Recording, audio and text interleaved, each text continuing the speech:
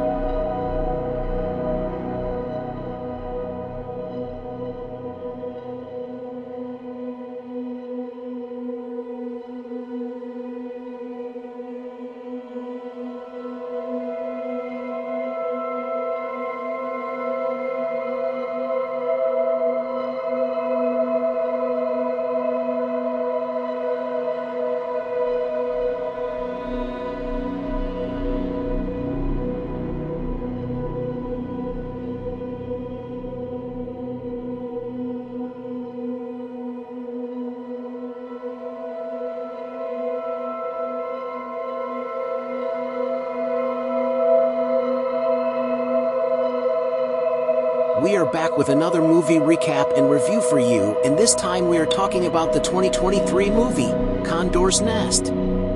That being said, please do not forget to like, share and subscribe as you watch this video and others on the channel Movies Den 2023.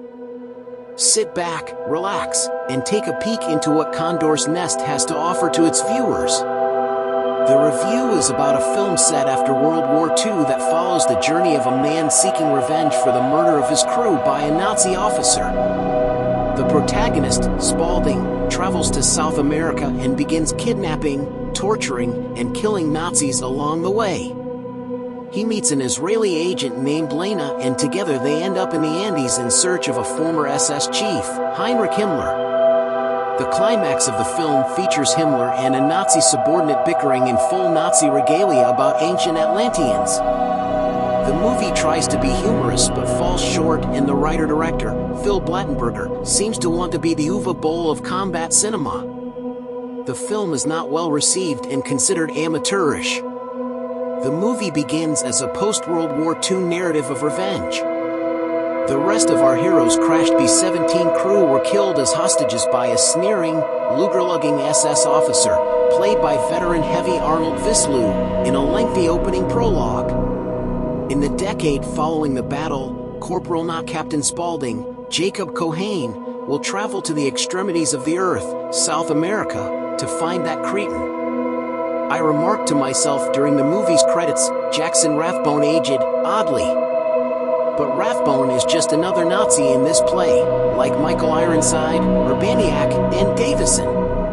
Cohane, who starred with actor-director Blattenberger in Point Man and Halloween Kills as a deputy, is not incompetent, but he is not anyone's idea of a compelling leading man. Someone might have told Blattenberger that the entire air raid/plane crash opening act was unnecessary, costing money, wasting screen time, and forcing him to cast less qualified actors, including a subpar leading man who was available for the entire shoot, if this script had been properly workshopped. Remove those scenes, and we won't be confused as to why Corporal Spalding is given a sniper weapon from a B-17. The film in question is a South American vengeance story starring better, more recognizable actors. Was it all filmed in Greensboro, North Carolina? Beginning with a poor sequence, Condor's Nest in the crib is killed. A quick flashback could have explained the murders that took place in front of a crash site that was more fire and smoke than an obvious, crashed B-17 of low-cost construction.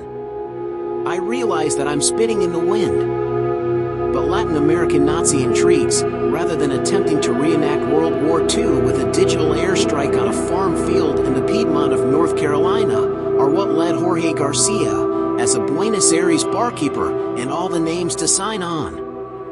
The idea of workshopping might have offended this guy if he's determined to replace Uwe Boll or, worse, Justin Lee. doesn't understand camp when he's filming it, as Condor's Nest demonstrates.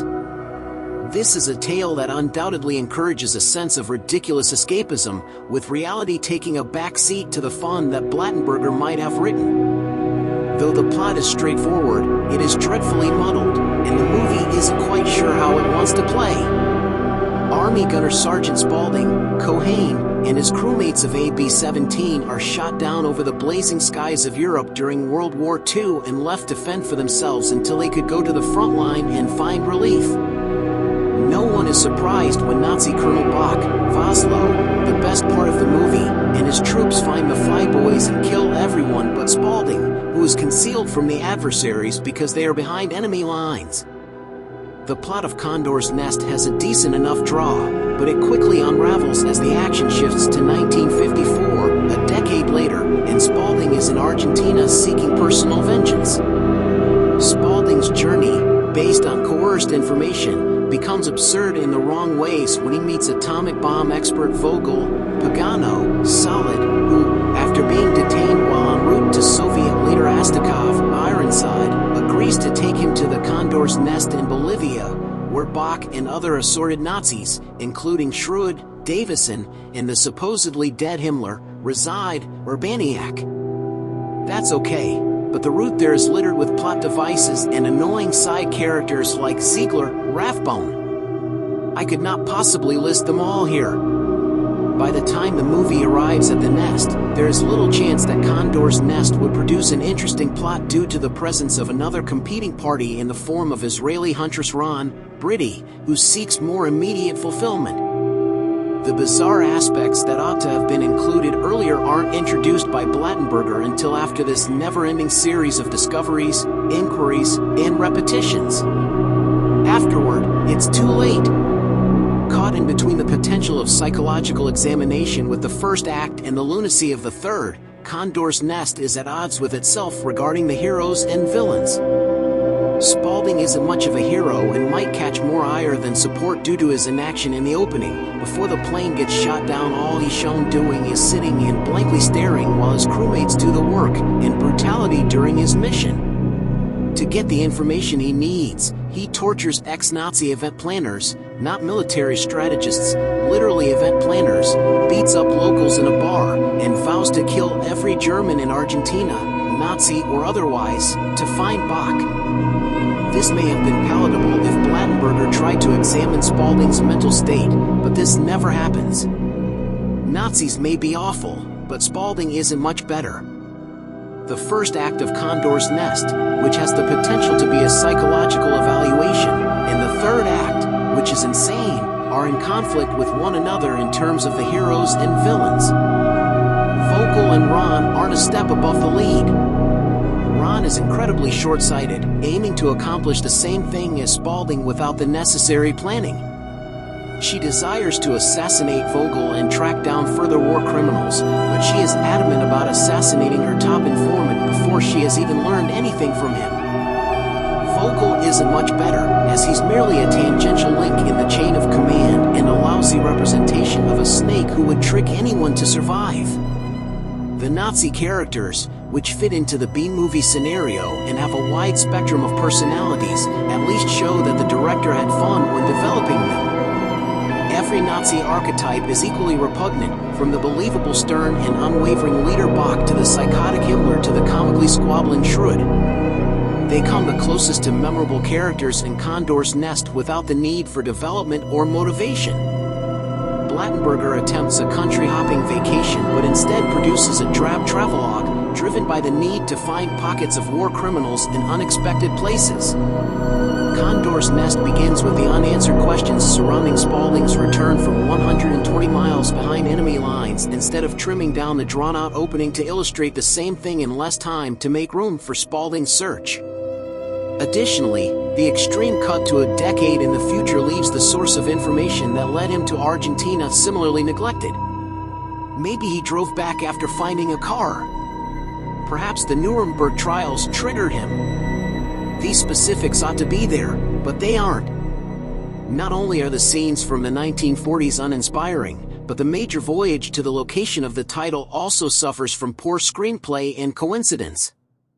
everyone that Spalding kidnaps or interrogates has some sort of connection to the Nazis and information that would help him carry out his objective, proving that he must have the best contacts in the world.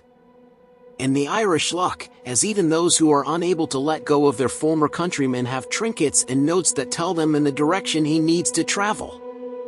This amount of coincidence is lessened by Vogel's knowledge of some of the other Germans living in South America, but the lack of a sense of discovery prevents the movie from ever seeming like an adventure. There is no challenge. It's like having a neon sign over a hoard of $1 billion. The core of Condor's Nest is left unfulfilled due to similar-looking settings and the script's obvious hand, which prevents an organic unearthing of awful schemes in the works. A third-act switch-up transforms Condor's Nest into an ordinary actioner. Blattenberger and colleagues are allowed to make certain mistakes because they are relatively inexperienced feature filmmakers, but this picture is rife with poor decisions and the inefficient use of screen time. There is a lot to puzzle over, even for a low-budget picture. Condor's Nest doesn't have as much of a pace problem. Instead, there should be concern over how the movie's 103-minute running time was used. Spalding and the bomber's flight crew's introduction take up the entire first 20 minutes, wasting money, time, and resources that could have been used to build characters, add additional action sequences and location changes, or just trim the fat from the film. There is a title card as the plane crashes and another title following this scenario, making for a confusing beginning in more ways than one. The scale will change in line with how short this movie is. With the exception of the final assault, a few establishing shots, and the first few sequences in Argentina, the film was primarily shot in Peru, the rest was in Texas and North Carolina.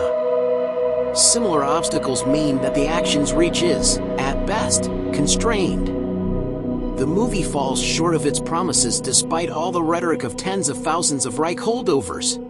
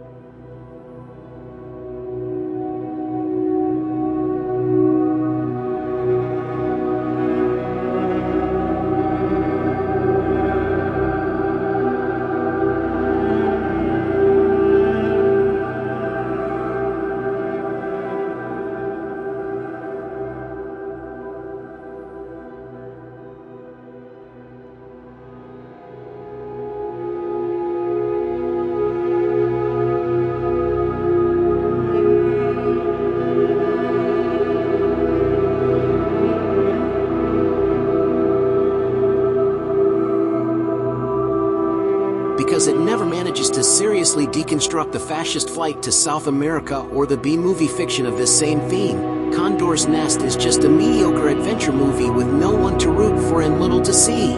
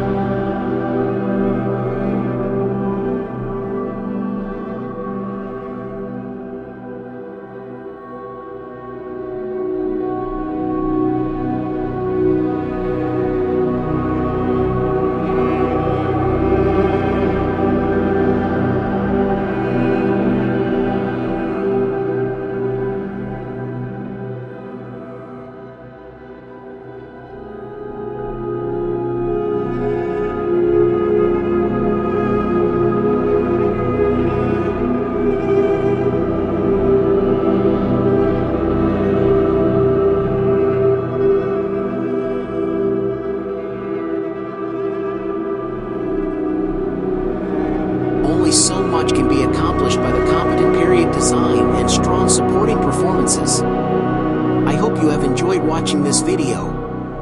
For more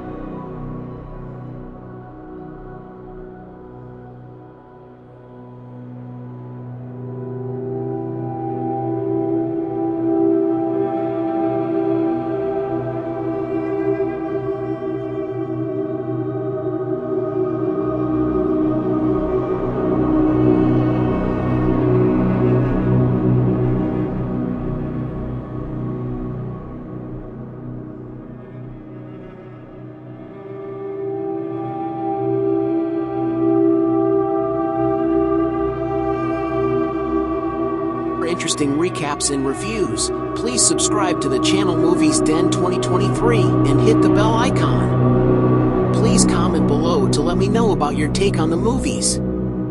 Thanks for watching the video. Until next time, wish you well.